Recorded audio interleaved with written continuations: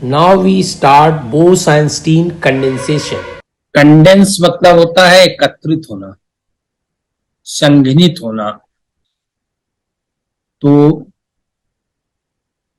जैसे एटम्स का जो इलेक्ट्रॉनिक डिस्ट्रीब्यूशन होता है, कुछ हमारे ग्राउंड स्टेट में होते हैं, कुछ पार्टिकल एक्साइटेड स्टेट में होते हैं। Ground state, excited state,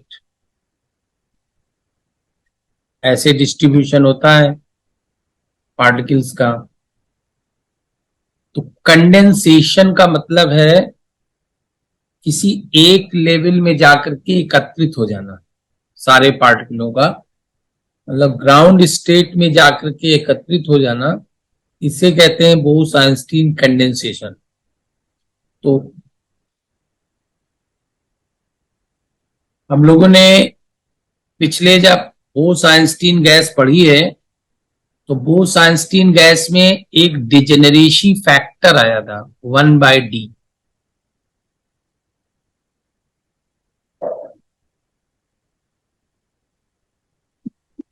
one by D.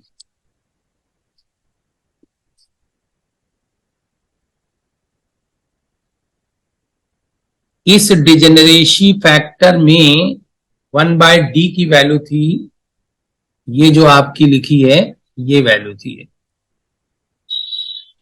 इस वैल्यू में देख रहे हैं कि कैपिटल टी टेम्परेचर गैस का जैसे जैसे टेंड्स टू 0 होगा, 1/d की वैल्यू इनफाइनाइट हो जाएगी।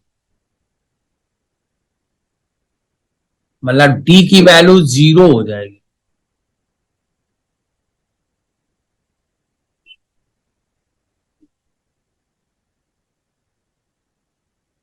मतलब 1/d डिजेनरेसी फैक्टर, जो d हमारा है वो डिजेनरेसी फैक्टर है, वो आपका 0 हो जाएगा और 1/d टेंड्स टू इनफाइनाइट हो जाएगा। 1/d की वैल्यू मुझे लर्न करनी पड़ेगी। So degeneracy will be more considered, मतलब अगर t टेंड्स टू 0 पर जाओगे तो आपको डिजेनरेसी कंसीडर करनी पड़ेगी। डिजेनरेसी मतलब एक ही एनर्जी के बहुत से स्टेट होना, that is called degeneracy. Bose-Einstein gas हमने पढ़ा है कि जो हमारी बोस-आइंस्टीन गैस है आइडियल गैस के बिहेवियर से डिफरेंट होती है। आइडियल गैस हमारी जो होती है वो क्लासिकल डिस्ट्रीब्यूशन लॉ को फॉलो करती है, और जो बोस-आइंस्टीन गैस है वो आइडियल गैस से डिफरेंट है। इसका मतलब मुझे यही डिफरेंस पढ़ना है कि क्या डिफरेंस है, उसी का डिटेल पढ़ना है मुझे। तो 1/d टेंड्स टू इनफाइनाइट, मतलब कितना डिफर करती है ये डिपेंड करती है d की वैल्यू पर। 1/d टेंड्स टू इनफाइनाइट हो रहा है, इसका मतलब हमारी गैस रियल गैस या आइडियल गैस से हमारी मोर डेविएट करेगी, और गैस का नाम होगा डिजेनरेट गैस, और डी को कहते हैं डिजेनरेट पैरामीटर।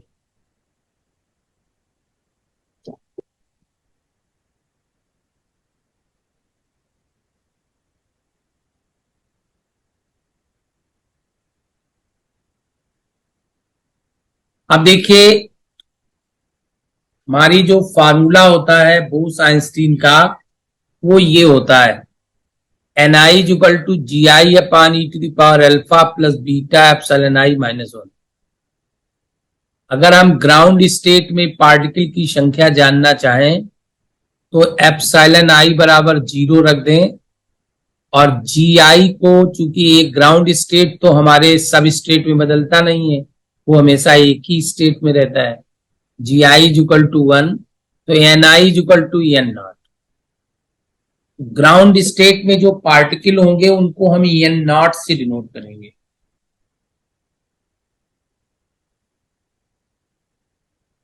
बहुत इंपॉर्टेंट टॉपिक है समझने वाला, वेरी वेरी इंपॉर्टेंट। अब अगर हम आपसे कहें कि किसी भी टेम्परेचर पर हमारी बात हो रही है तो पार्टिकल कहाँ है? ग्राउंड स्टेट में भी है, एक्साइटेड स्टेट में भी है। कुछ पार्टिकल ग्राउंड स्टेट में है, कुछ पार्टिकल एक्साइटेड में है। हम कहें टोटल पार्टिकल बताइए, तो ground state plus particles of excited state, मतलब ground state plus particles of excited state, इतने पार्टिकल होंगे। अगर वही हम एक्साइटेड स्टेट के पार्टिकल काउंट कर रहे हैं, इंटीग्रल dn लिखा है, n not ground state plus integral dn, और dn की वैल्यू क्या होती है वो ये लिखी हुई है। फाइनली आप पहुंचोगे,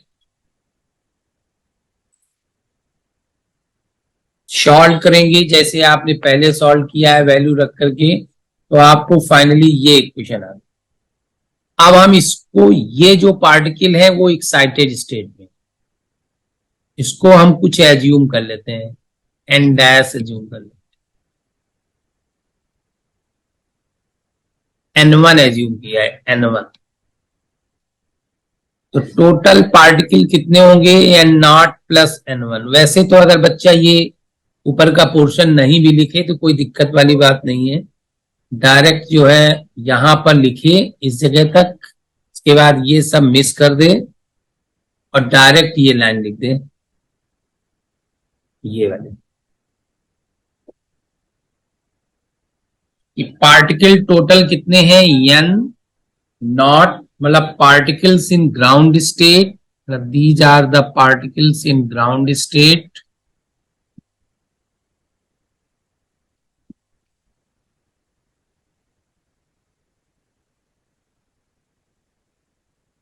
और these are the particles in excited state।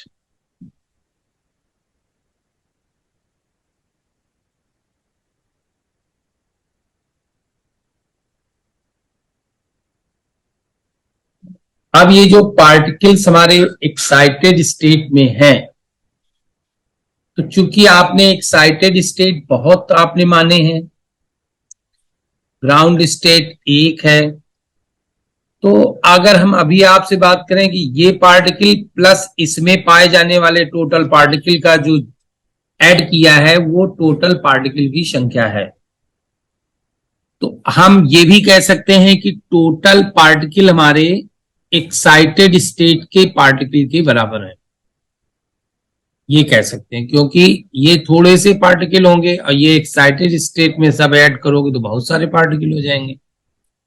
इसका मतलब जो टोटल पार्टिकल हैं वो पार्टिकल्स इन एक्साइटेड स्टेट के बराबर है एवरेज में। अभी बात शुरुआत की बात हो रही है कि यहां कुछ पार्टिकल है, मान लीजिए 2 पार्टिकल यहां है और ये सब मिला के मान लीजिए 198 है, 198 और प्लस 2 200 हो जाएगा, तो ये n बराबर 200 है। तो n बराबर 200 इज इक्वल टू 198 प्लस 2, तो हम ये कह सकते हैं 200 अप्रोक्सीमेटली इक्वल टू 198।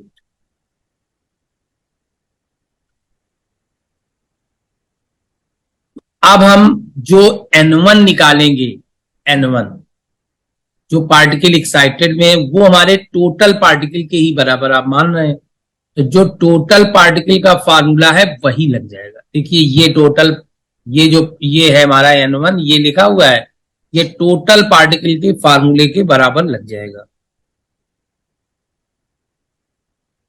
ये हमारा होता है मेन फार्मूला टोटल पार्टिकल का। ये n1 लिखा है, इसको आप चाहें तो n कह सकते, total particle GSZT F3/2 alpha. यहां F एक नया टर्म यूज किया गया है शार्ट करने के लिए।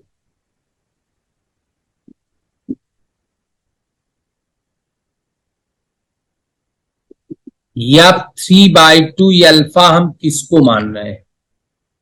इसको मान रहे हैं 2/√पाई 0 से infinite √x dx upon D E के पावर x मानिए।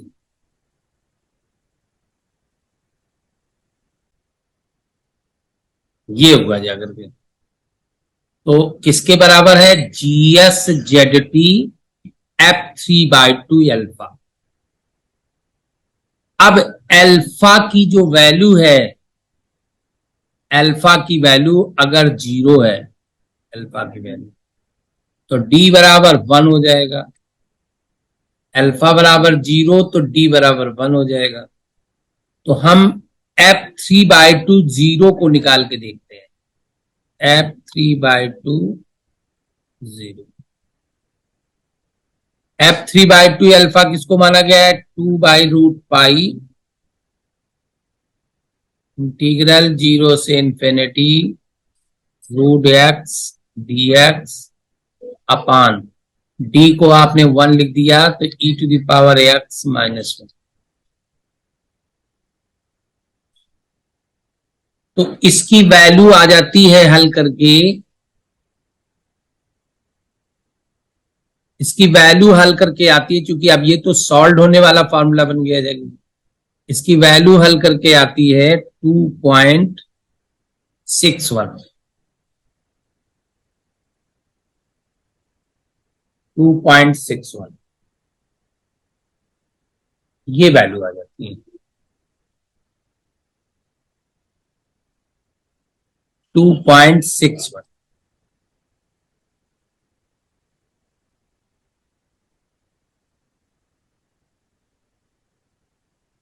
अब ये वैल्यू आपको लर्न होनी चाहिए, कितनी आती है? 2.61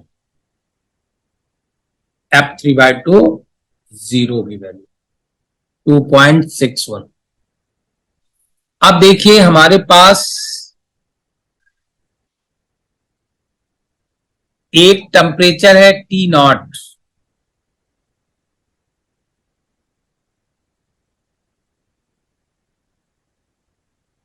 जिसे बोस टेम्परेचर कहते हैं। अब इस टेम्परेचर के ऊपर की क्या सिचुएशन है और इस टेम्परेचर के नीचे की क्या सिचुएशन है, दो टॉपिक हमको पढ़ना है। मतलब T0 एक टेम्परेचर है जिसे बोस टेम्परेचर कहते हैं या क्रिटिकल टेम्परेचर भी कह सकते हैं।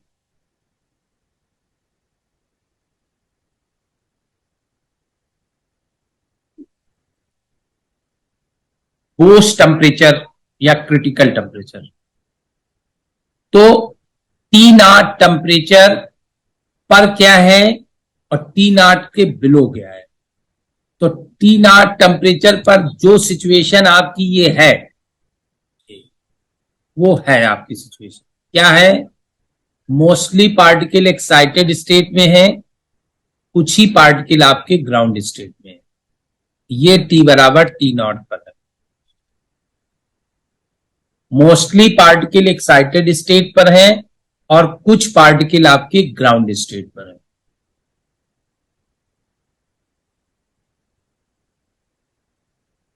तो देखो total particle N, total particle किसके बराबर है? N1 एक्साइटेड स्टेट में माने, और वो किसके बराबर है? N इक्वल टू आपने माना है N0 प्लस N1, और आपने कहा है कि अभी जो हमारा टोटल N है वो अप्रोक्सीमेटली एक्साइटेड पार्टिकल के बराबर है। कब? T बराबर T0। तो आपका क्या आ गया? N इक्वल टू वही फार्मूला है जो ऊपर लिखा हुआ है, D की वैल्यू रख दी गई, सॉल्व कर दिया गया। अभी पीछे देखिए हमने N की वैल्यू क्या लिखी है, ये अभी हमने क्या लिखा है, कहा ये लिखा हुआ है N1 लिखा है हमने, टोटल एक्साइटेड स्टेट पार्टिकल। और जब आप अल्फा को 0 रख रहे हो, T को T0 ले रहे हो, तो N1 आपके जो एक्साइटेड स्टेट के पार्टिकल है वो टोटल पार्टिकल के बराबर है। मैं लगातार बता रहा हूं। तो इसका मतलब अब आपका क्या हुआ, ये हो गया।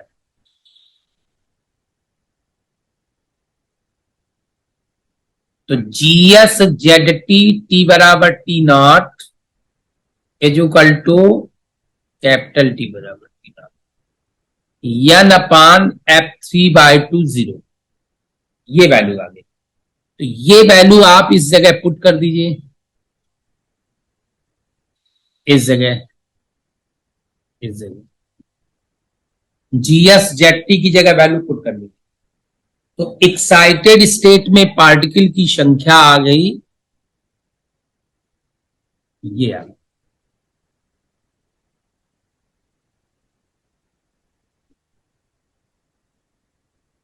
आपको हम एक बार फिर से पूरा बता दें।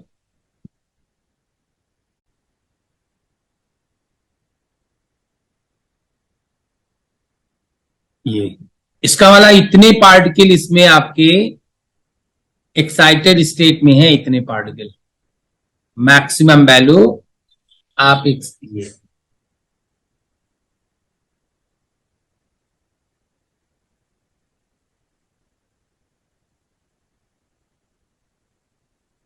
इतने पार्टिकल एक्साइटेड स्टेट में है।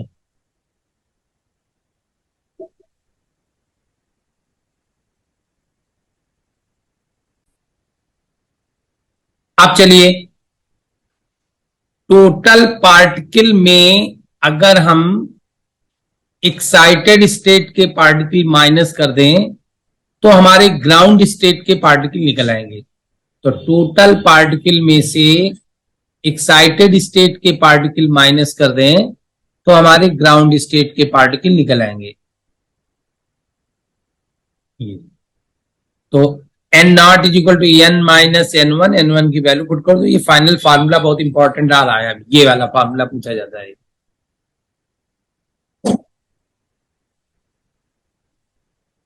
ये पूछा जाता है आपका, ये लर्न कर लीजिएगा, लर्न करना है।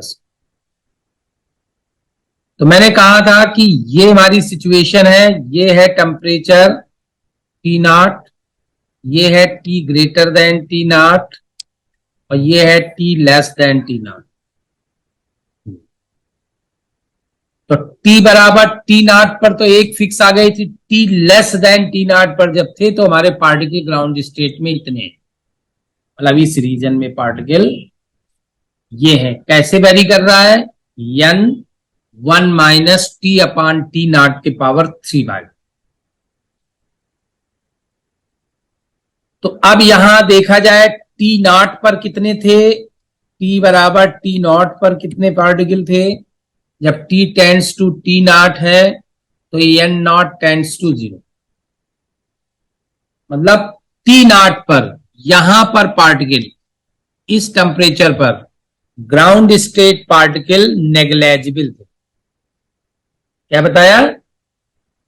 बोस टेम्परेचर या क्रिटिकल टेम्परेचर T बराबर T0 पर पार्टिकल ग्राउंड स्टेट में कितने हैं? नेग्लेजिबल है, मतलब N0 टेंड्स टू 0। लेकिन अभी ग्राफ में ये बनेगा जाकर के T बराबर T0 पार्टिकल नेग्लेजिबल है।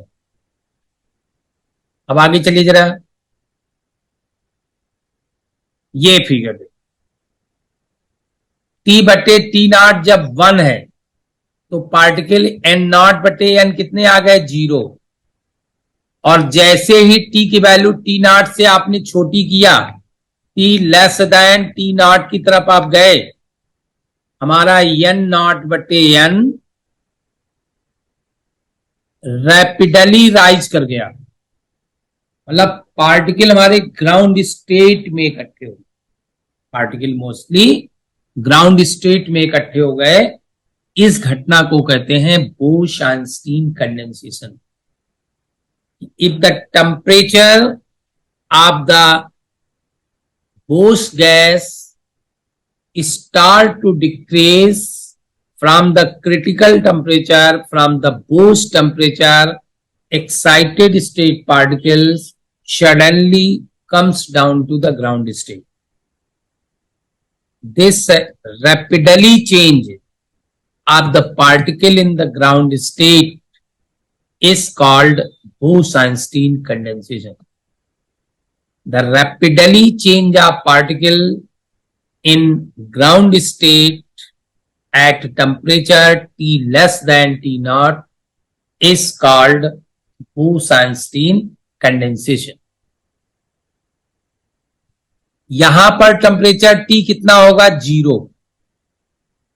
जीरो टेम्परेचर जब T मतलब आप बहुत नीचे आ गए, तब n नॉट हमारा क्या हो गया, n के बराबर हो गया। मतलब सारे पार्टिकल ग्राउंड स्टेट में आ गए। तो वैसे तो ऑब्जेक्टिव आएगा तो हमको एक ही लाइन यही लर्न होनी चाहिए, मतलब यहां से और बस ये मेरा डिस्क्रिप्शन केवल लर्न होना चाहिए, कोई ज्यादा मुझे पढ़ने की जरूरत नहीं, लेकिन टॉपिक बहुत इंपॉर्टेंट है। आप कल्पना नहीं कर सकते हो टॉपिक कितना इंपॉर्टेंट है। बोस-आइंस्टीन कंडेंसेशन, देखिए सबसे पहली बात तो मेरे दिमाग में ये होनी चाहिए कि बोस-आइंस्टीन गैस किसकी गैस है, इलेक्ट्रॉन्स की गैस है, सॉरी फोटॉन्स की गैस है।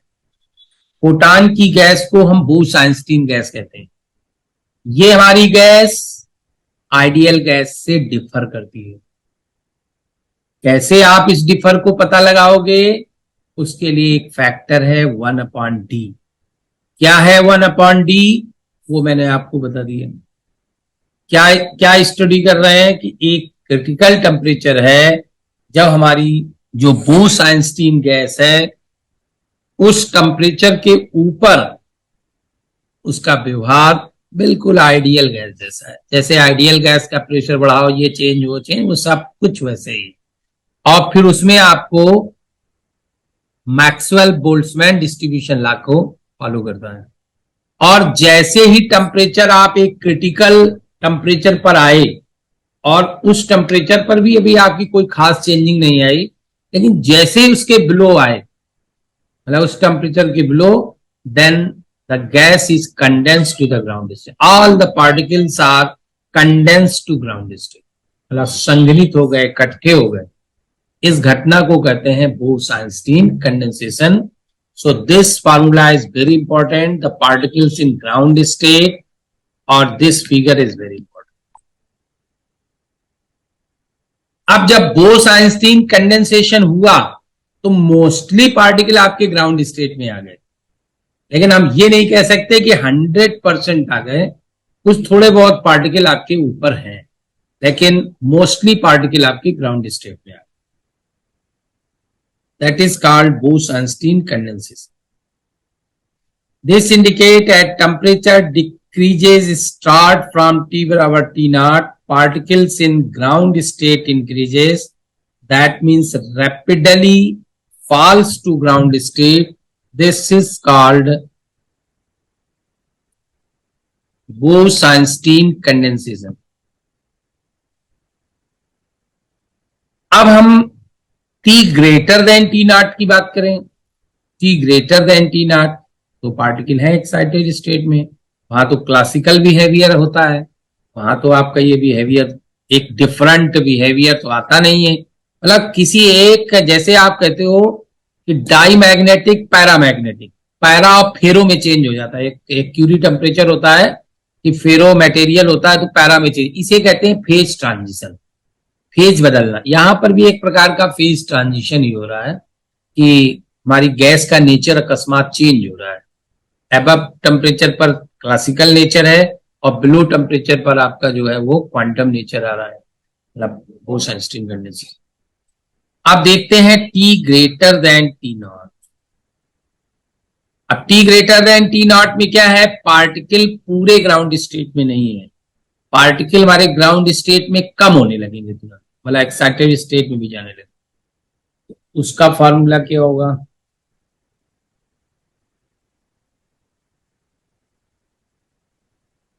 अब N1 क्या होगा, टोटल N के बराबर आ जाएगा। फिर वहीं पर आ गए, N1 वाला टोटल क्या होगा, N के बराबर आ जाएगा। अभी आपने कहा था कि अगर उस टेम्परेचर के ऊपर चलोगे तो, धारणा जी समझ रही हमारी बात की नहीं? Yes sir. उस टेम्परेचर के आप ऊपर चलोगे, बहुत साधारण सी बात है कि पार्टिकल हमारे सारे फैले हुए थे, सब लोग एक कमरा, दूसरा कमरा, तीसरे कमरे में सब लोग रह रहे थे। एक मकान बना हुआ है, उसमें एक कमरे में कुछ लोग थे, दूसरे में थे, तीसरे में थे, ये रह रहे थे आराम से। अकस्मात कोई घटना घटी, और घटना घटी में क्या हुआ कि सबको नीचे आना था।